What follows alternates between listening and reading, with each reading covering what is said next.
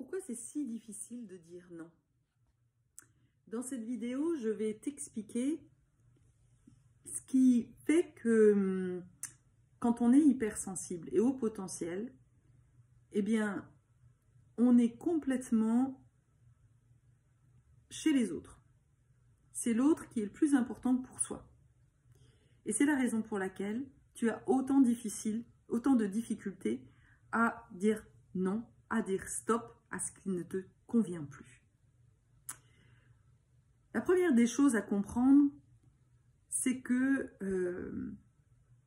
tu as dû te suradapter. Très tôt, tu as dû te suradapter à des parents qui ne te reconnaissaient pas dans ta différence. C'est ce que j'appelle souvent le syndrome du vilain petit canard. Le vilain petit canard, il est différent. Il est un cygne au milieu des canards. Toi, tu es, on pourrait dire, soit un cygne au milieu des canards, soit un mouton noir au milieu des moutons. Tu as essayé, en fait, de faire comme les autres, de faire comme les moutons, parce que tes parents étaient des moutons. Mais en réalité, tu t'es transformé en mouton noir. Alors, c'est quoi un mouton noir? Eh bien, c'est ce qu'on appelle aussi dans les religions le bouc émissaire.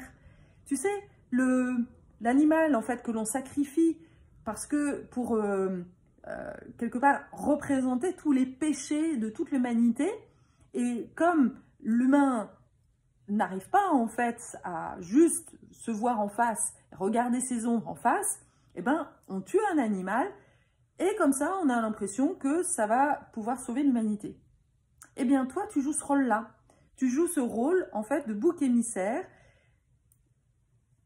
contre qui, en fait, les gens te balancent, en fait, leur cas de vérité. Tu es celle qui est trop, tu es celle qui n'est pas assez, tu es trop émotive, tu es pas assez comme ci, pas assez comme ça. Et en faisant ça, en recevant ça, toi, tu construis la croyance que eh bien, tu n'as pas de valeur, tu n'as pas d'estime de toi, tu n'es pas. Tu comprends que avec ce fonctionnement-là, tes parents et ensuite l'éducation, enfin tous tes boss, enfin tout ça, vont te renvoyer que tu n'es pas à l'image de ce qu'il faut être pour être un humain. Alors que c'est tout l'inverse. En réalité, tu es une version évoluée de l'humanité. Mais ça, tu ne le sais pas à ce moment-là. C'est l'archétype, en fait, enfin, c'est la représentation de Harry Potter. Harry Potter, quand il est chez les Moldus, il est un moins que rien. Il est, d'ailleurs, on l'utilise, on l'humilie, et il est l'esclave des Moldus. C'est sa seule façon d'exister. Donc tu vois bien en fait à travers cet exemple que quand il se regarde dans une glace en fait Harry Potter, il a juste l'impression, il se demande mais qu'est-ce que je fous là en fait? Et c'est ce que tu ressens en tant que hypersensible et haut potentiel. Mais en réalité, Harry Potter c'est un sorcier. Il a plein de pouvoirs. Il a le super pouvoir d'aider mais pour ça, il doit traverser un certain nombre d'épreuves.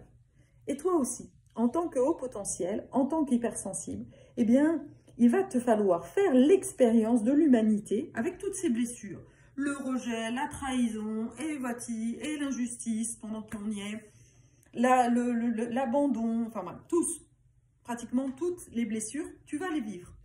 Parce que il te faut vivre en fait ces blessures-là pour qu'à un moment donné, ça soit tellement too much, t'en as tellement marre en fait qu'on te renvoie que tu n'es pas assez, que tout ça, que tu vas commencer à te mettre en chemin et que c'est là où tu vas découvrir qui tu es vraiment.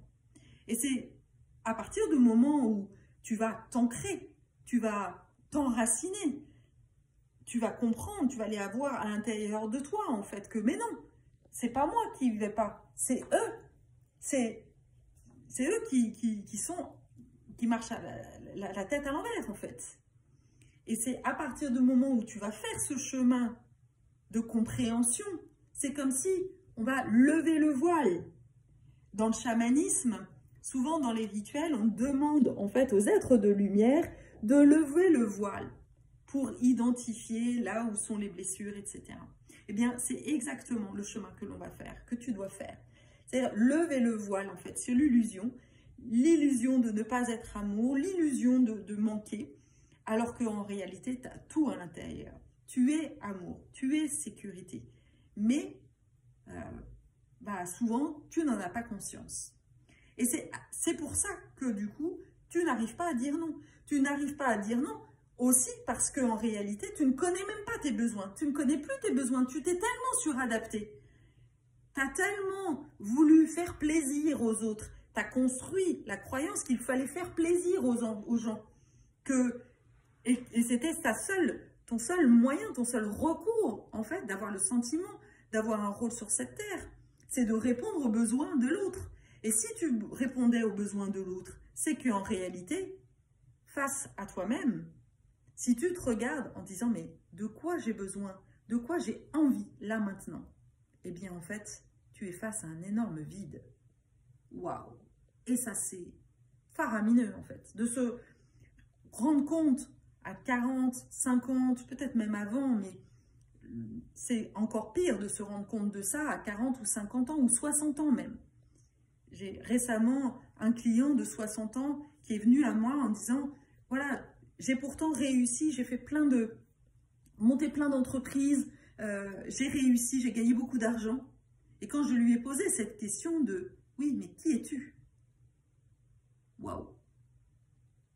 Que veux-tu? Ben, je ne sais plus. Je ne sais pas.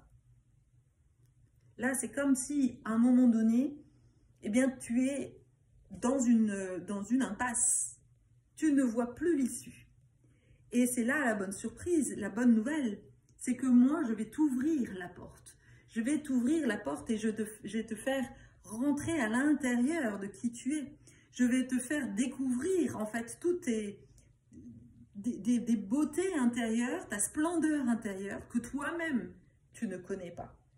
Parce que tu as construit la croyance que tu n'étais pas assez, voilà, et que tu as cru les autres.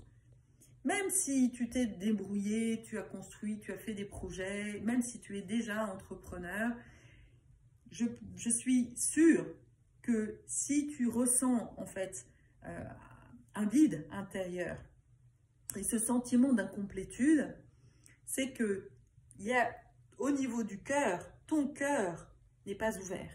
Et d'ailleurs, tu le vois parce que dans ta vie personnelle, eh bien, là aussi, c'est vide.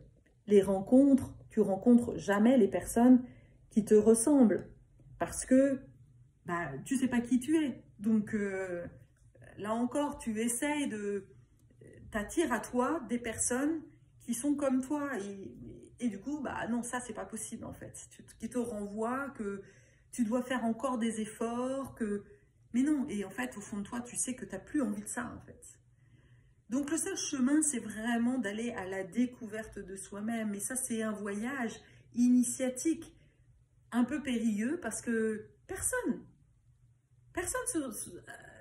dans ton cheminement, ni dans ta famille, ni pendant tes formations, personne t'a dit, mais à un moment donné, il va falloir que tu fasses une pause pour savoir qui tu es. Et une fois que tu sais qui tu es, eh bien, tu ne laisses plus personne, quelque part, fouler ton territoire, t'écraser. Alors qu'avant, dans la mesure où tu n'es pas conscient en fait de cette splendeur, eh bien, surtout quand on est une femme, on se laisse souvent intruser. Et c'est pour ça qu'on rencontre des pervers narcissiques, voire même parfois on ne se respecte pas dans la sexualité ou ce genre de choses. C'est parce que au fond, eh bien, tu n'es pas connecté à ton être divin et que tu n'es pas connecté à ta splendeur intérieure.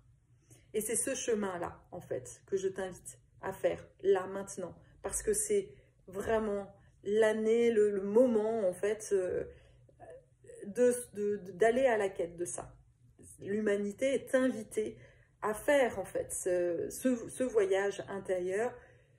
Parce que en réalité, on le voit bien, il suffit de poser, enfin de discuter avec des gens autour de soi, qui est vraiment heureux dans l'entreprise, qui est vraiment heureux dans sa vie.